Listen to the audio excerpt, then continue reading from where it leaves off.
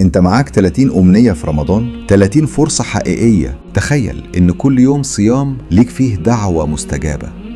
مش أنا اللي بقول، قال رسول الله صلى الله عليه وسلم: للصائم دعوة لا ترد.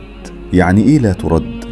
يعني الباب مفتوح، يعني السماء قريبة، يعني اللحظة دي مش عادية.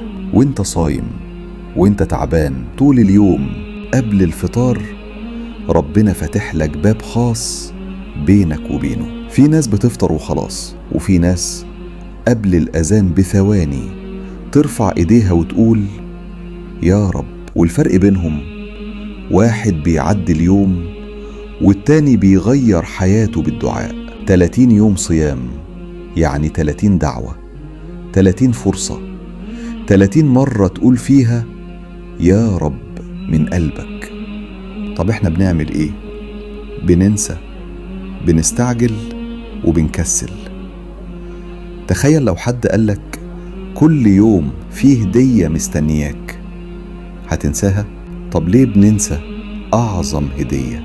اطلب مغفرة، اطلب هداية، اطلب شفاء، اطلب رزق، اطلب راحة لقلبك، اطلب حاجة بقالك سنين نفسك فيها.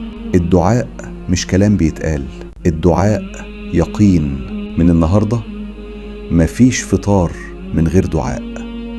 اكتب 30 أمنية وخلي كل يوم ليه دعوة مخصوص، وما تقولش يمكن، قول يا رب. ولو وصلت لحد هنا اكتب في التعليقات ليا دعوة ومش هتضيع.